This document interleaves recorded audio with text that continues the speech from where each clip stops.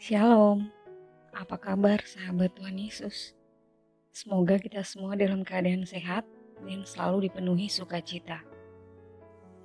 Saya berharap walaupun di tengah situasi dunia yang tidak menentu saat ini karena pandemi COVID-19 dan masa transisi ke era new normal, kita semua tidak stres dan tetap berpegang pada janji Allah ya.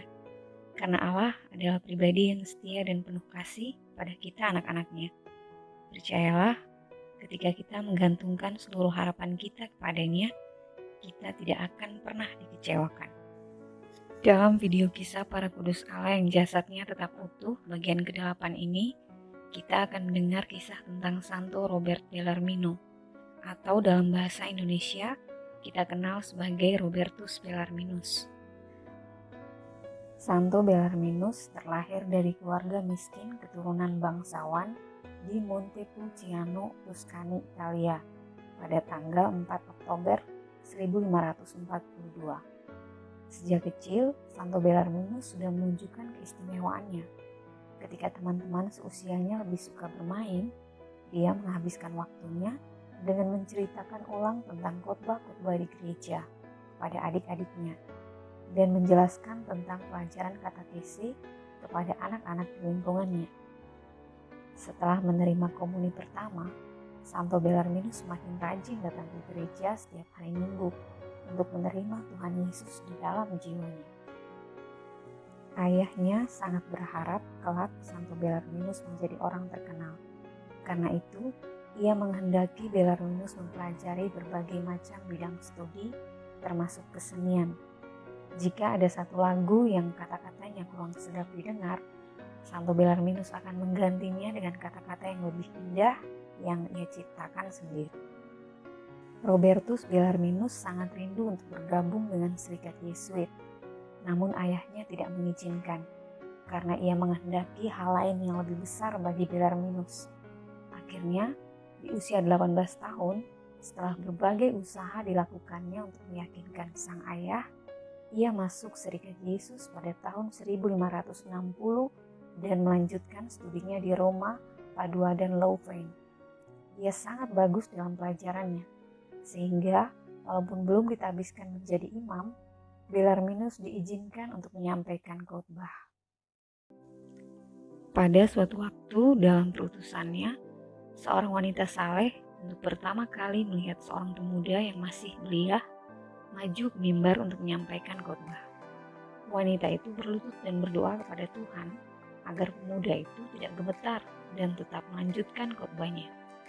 Setelah Bellarminus selesai berkhotbah, wanita saleh itu masih berlutut, tapi dengan doa syukur atas khotbah sang pemuda yang begitu indah.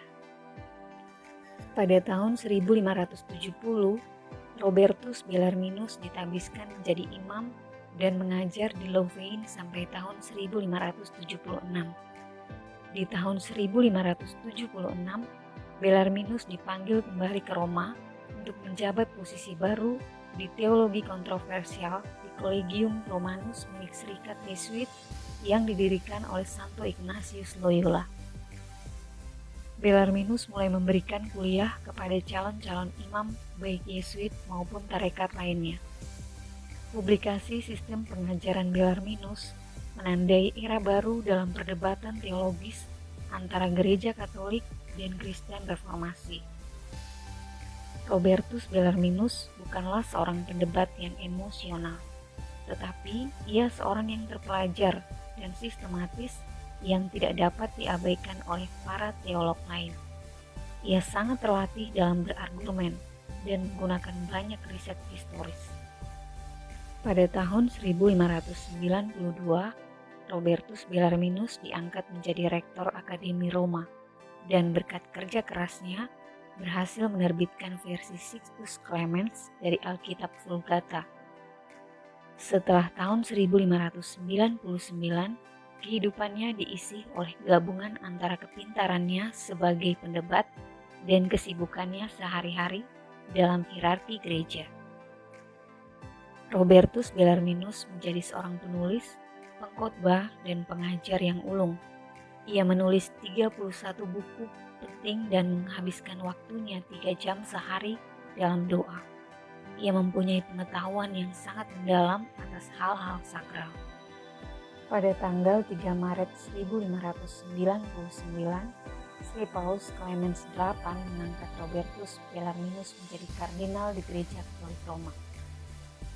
Sri Paus Clemens ini dikenal suka mengangkat figur-figur menonjol dalam Gereja Katolik kala itu untuk menjadi kardinal pada masa pontifikatnya selama tahun 1592 sampai 1605. Ketika mengangkat Robertus Bellarminus menjadi kardinal, Sri Paus berkata, "Kami mengangkat orang ini karena Gereja Allah tidak memiliki orang pintar yang setara dengannya." Serikat Yesuit dan Bellarminus sendiri berusaha memprotes, bahkan menolak pengangkatan ini. Namun Sri Paus malah mengancam akan melakukan ekskomunikasi. Pada tahun 1602, Robertus Bellarminus sempat menjadi uskup Capua. Dengan rendah hati yang menjalankan jabatan pastoralnya dengan sangat baik sampai pada tahun 1605, dan ia dipanggil kembali ke Roma untuk pengangkatan Paus yang kemudian terpilihlah Paus Paulus V. Sejak itu, Paus Paulus V mempertahankan Bellarminus tetap berada di sisinya di Roma.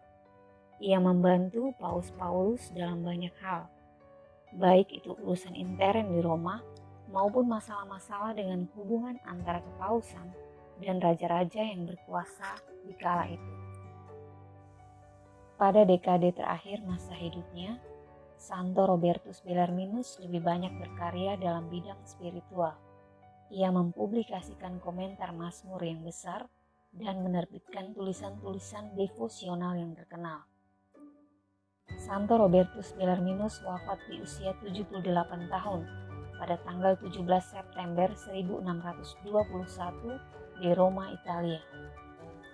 Ia dikanonisasi pada tahun 1930 oleh Paus Pius XI dan menjadi seorang santo dan doktor gereja. Jasadnya yang awet dan tidak hancur disemayamkan di Chiesa di San Ignazio, Roma, Italia. Santo Robertus Bellarminus diangkat menjadi pelindung di berbagai perguruan tinggi, di antaranya ada Universitas Sanata Dharma Yogyakarta. Nah, kisah tentang Santo Robertus Bellarminus ini buat saya sangat mengesankan. Semasa hidup, beliau adalah orang penting yang cerdas dan diandalkan dalam Gereja Katolik dan juga serikatnya. Mungkin jika kamu ingin mengetahui lebih banyak tentang santo yang pintar ini, kamu bisa membacanya dari web-web Katolik tentang para kudus ya. Sahabat Tuhan Yesus, seperti yang saya bilang, banyak sekali pelajaran berharga yang bisa kita ambil dari kisah para kudus Allah ini kan. Ketaatan, kesungguhan, dan cinta mereka kepada Allah benar-benar tercermin dalam cara hidup dan karya mereka.